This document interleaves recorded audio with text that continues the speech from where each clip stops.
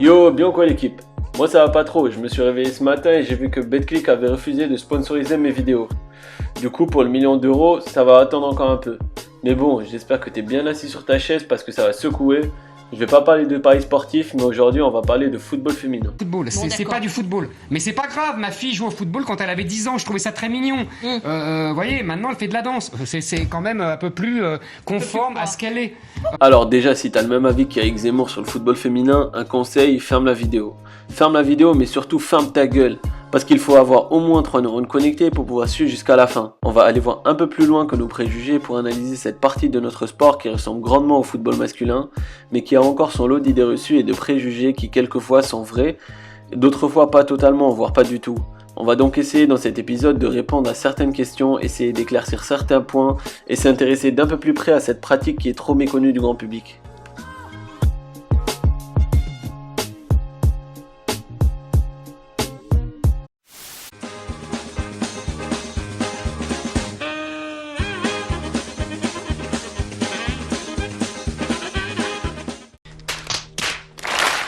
Bon, plus sérieusement. Pour commencer, le football féminin a été créé en même temps que le masculin.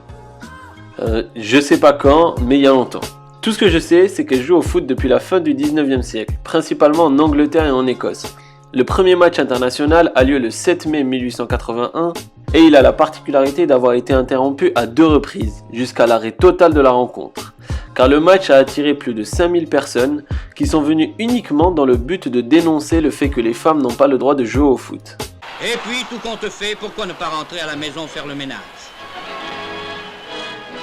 Ok. On a dû attendre 1920 pour voir le premier match féminin dans l'Hexagone, opposant la France à l'Angleterre. Cette rencontre a quand même attiré 12 000 personnes qui était un record pour l'époque. Après ça, à cause de la Première Guerre mondiale, plus grand chose dans le monde du football. Surtout qu'en 1921, une loi est votée pour que le football féminin soit interdit, car la pratique du sport est jugée nocive pour les femmes. Voilà, qu'est-ce que vous voulez que je vous dise là? Cependant, quelques matchs clandestins sont organisés par des associations féministes, et cette loi sera maintenue jusqu'en 1971. Pour l'anecdote, Henri Desgranges, fondateur du Tour de France, a dit dans une de ses interviews que des jeunes filles fassent du football dans un terrain rigoureusement clos sans public, oui d'accord, mais qu'elles se donnent en spectacle à certains jours de fête où serait convié le public, qu'elles osent même courir après un ballon dans une prairie qui n'est pas entourée de murs épais, voilà qui est intolérable. Va là-bas! On va s'intéresser dans un premier temps à l'écart de niveau au sein même du football féminin.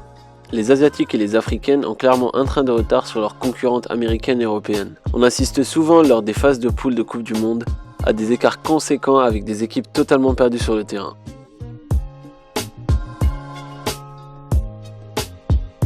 La première cause de cette différence de niveau, c'est le contexte politique et culturel des pays. En Afrique ou en Asie, le foot n'est pas toujours le sport national et c'est exclusivement réservé aux hommes.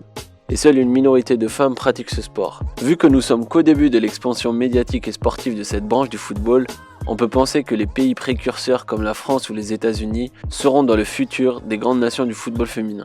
Mais oui, c'est clair! Mis à part les pays en développement ou les pays sous-développés, les grandes nations du foot féminin n'ont toujours pas un niveau égal aux hommes.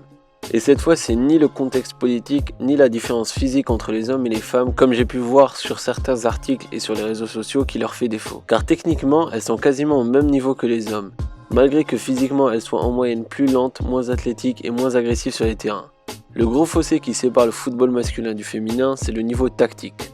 Car si elles sont à l'aise avec un ballon dans les pieds, collectivement c'est une autre histoire. Quand on regarde de plus près un match de foot féminin, on voit qu'elles sont quasiment toutes aspirées par le ballon, et si on regarde de plus près chaque poste, ils sont soit laissés à l'abandon comme on le constate souvent au niveau du milieu de terrain, soit certaines joueuses restent bloquées dans leur poste et n'osent pas en décrocher, notamment pour le cas des latéraux. Cette carence tactique donne souvent lieu à des matchs avec une intensité moindre, des ballons trop souvent en l'air et surtout un match qu'on peut résumer en une succession de phases de contre-attaque.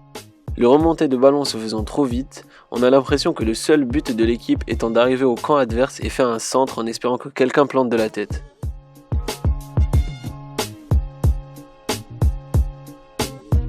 Ce football qui met les organismes à rude épreuve à cause des va-et-vient incessants atteint ses limites souvent vers la 70e minute où on voit la plupart des joueuses sur les rotules.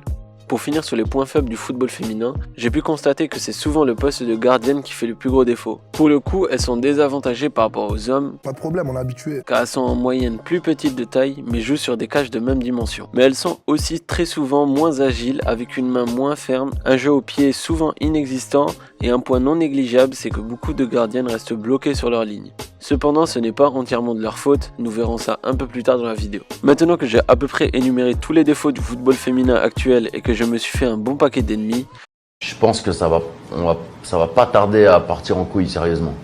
j'aimerais finir sur une note d'espoir, car ce qu'il faut savoir, c'est que ce n'est pas de la faute des joueuses et que cette situation n'est pas fatale, car depuis 10 ans, on assiste à une évolution constante du football féminin et c'est bien parti pour continuer.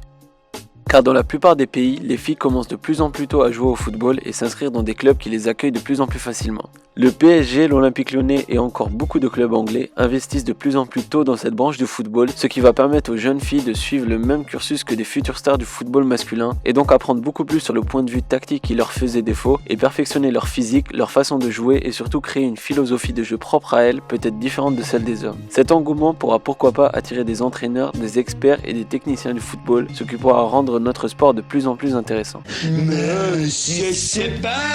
Pour les plus sceptiques sur le fait que le football féminin puisse atteindre les mêmes sommets que le football masculin, je vous donne l'exemple du tennis. Si aujourd'hui le tennis féminin est quasiment autant suivi que le tennis masculin, c'est parce qu'en l'espace de 30 ans, les femmes ont réussi à développer un tennis certes moins physique, mais tout aussi technique et des fois même plus intelligent que celui des hommes. Elles ont compensé leur lacune physique par une lecture du jeu, une anticipation et une intelligence plus développée. Cette petite histoire pourrait inspirer nos joueuses de football et leur donner des idées pour se faire entendre sur la scène internationale et se faire aimer par les fans de foot. Pour finir, je vous encourage à regarder le football féminin quand vous en avez l'occasion. Vous risquerez d'être surpris, car il y a quand même des matchs très intéressants avec des enjeux très élevés. Pour les mordus de foot, le fossé avec les hommes se fera ressentir. Vous aurez l'impression de regarder un match d'il y a 30 ans, mais il faut du temps pour se remettre du contexte historique et oublier les inégalités entre les sexes.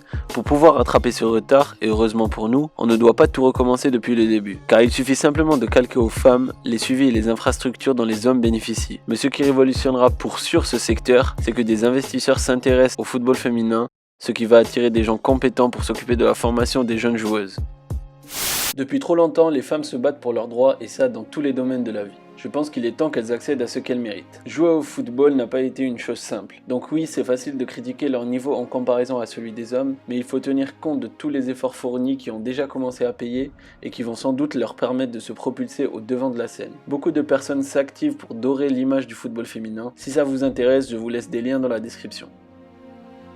Je tenais à vous remercier pour vos retours sur la première vidéo, ça m'a vraiment motivé pour la suite.